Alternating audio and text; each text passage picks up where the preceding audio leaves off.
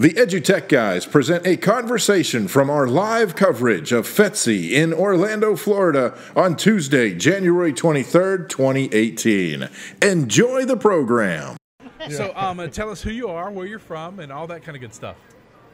Like what company I'm from, I'm assuming. Not Yeah. just where I am in life. Yeah, is that right? Whatever you'd like to share, that's up to you. Let me know when I should... No, go ahead. Okay, go good. ahead. Great.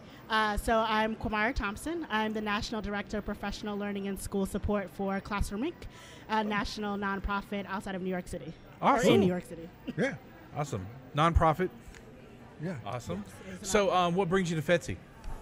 So we actually are doing a presentation around the research for developing our literacy learning games and what we've learned in 25 years of being a nonprofit working with students who are struggling readers. Oh, cool, Yeah, cool. That's awesome. So, there's a gamification area. Are you guys part of that whole thing that's happening in there? Or? No, we're not doing the gamification. We started, 25 years ago on floppy disks. Okay. So we were ahead of our time then, and now the rest of the field is catching up to us. Yeah.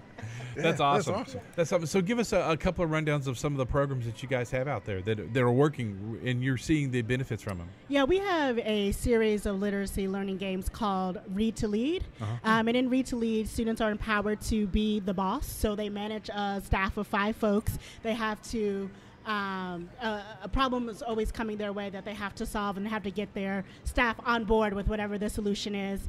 And there's always a high stakes going on. So in our first game called Community in Crisis, students are director of a community service organization called The Common Ground. A hurricane, i.e. a natural disaster, has just hit the area, and they have to figure out how do they service their community. In the second one, it's called Vital Signs. Students are technically a licensed doctor, but more importantly, they're director of a local community health clinic. Okay. And so they diagnose patients, and then they talk about different societal ills that kind of affect people's health depending on socioeconomic status. And then in the third one, After the Storm, students are editor-in-chief of an online magazine. Again, a disaster has hit, and how do you do unbiased reporting and communication in a time of crisis? Yeah. Yes, exactly. Awesome. And so in each of these, and maybe let me just make sure that I'm on the right page. So in each of these scenarios, they're the head of a group of people. That is and correct. so is the group, is it computer based? Like they're Yeah, so it's all, when they're in the game, that's computer based. There are Sure. a lot of wraparound materials that teachers can use to really supplement some of the learning. Okay. But yeah, they're all staff, and what's great about it is diverse staff. So they may have people who are from Haiti, who are of Hispanic descent, Caucasian, Black. I mean, they see everyone that they would see in their everyday life Cool. in different roles of responsibility. Yeah. So it's really great. So let's do this. Sure. Walk me through Yeah. one of those scenarios. Let's say you're the editor-in-chief. So what are some of the things the students are going to encounter as they're working through this scenario using your program? Sure. So, that's After the Storm. So they're editor-in-chief of an online magazine. And they, of course, have a staff. They have a photographer. They have a writer who goes out and reports. And so in one of the episodes is what we call them, Okay. Which is really a day of work. What ends up happening is that your staff writer realizes that there's disparity going on in terms of the resources that are being allocated, and should they write an article kind of calling out the mayor, and what is the implication of doing such? And so then you have to decide, based off of all the information you have, how do you have a article that may be a little spicy Sure. or not. Right. And so they have to decide that, and they justify it. And they are working individually, with the computer and thinking through with their characters. But what's really great about some of our wraparound materials is that they can then debate with other folks and other peers in their class. And so you can really have a really robust discussion, really thinking through, helping students critically analyze and justify their opinions. Yeah. And so,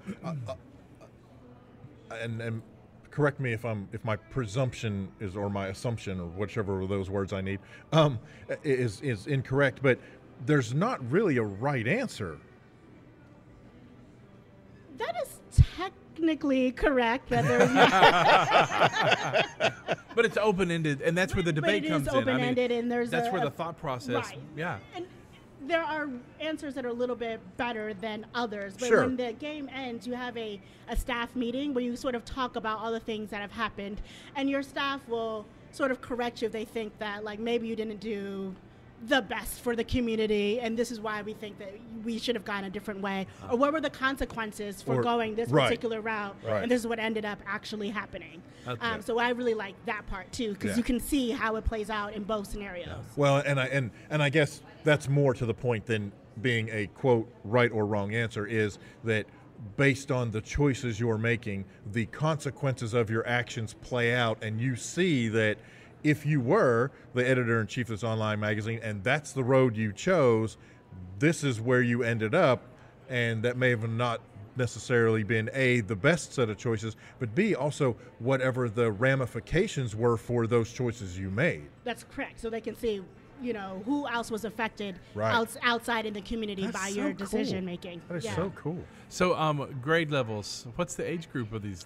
Yeah, so we don't like to really speak in grade levels. We more speak in Lexiles, because you have students who, of course, are struggling readers or English language learners who may be a little bit older, and the content you'll see is engaging and respectful enough that it can really engage students from middle school all the way through high school. But our sweet spot, I will say, is about 5th to 9th grade. Yeah. Okay. But generally speaking, we have seen our programs run really well as a transition to high school, or we're currently doing some really great work with English language learners out in the Northeast, and they're high school age students, like, you know, 9th, 10th, 11th grade. Yeah. So we've seen some success there as well. And as our country transitions a lot now, you know, and especially what's going on now, we can get this DACA mess fixed, so that we're bringing in so many non-English speaking citizens, new members of this country, that, you know, that's going to be a big deal. Yeah. We're seeing it. We've had a lot, like in the New York area. In our area, Hispanics population is very large. What area is that? Arkansas. Okay. Great. So, you know, that's our largest, you know, influx of non-English speakers, ESL students.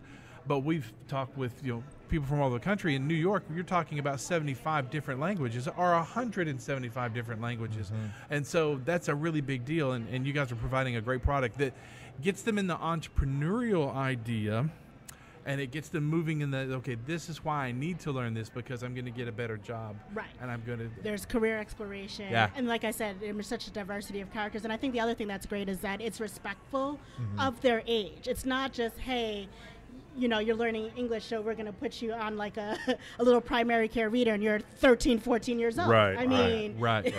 How engaging can that possibly be? Exactly. You know? Exactly. Yeah. So if someone wants to get in touch with you guys, what's the best way of contact? If you would go to our website, that's classroominc.org, so classroominc.org. And you'll find all of our contact is on there. You can get us at support@classroominc.org if you're interested. What's really great about our programming is that the majority of it is free.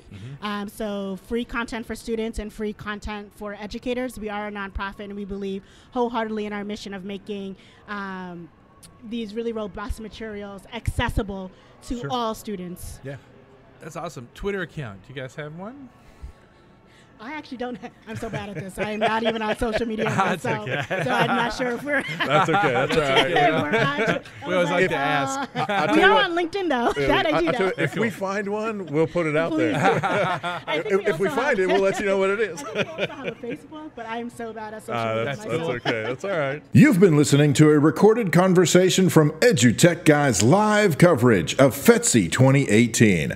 For more information about EduTech Guys, visit edutechguys.com. And thanks for listening.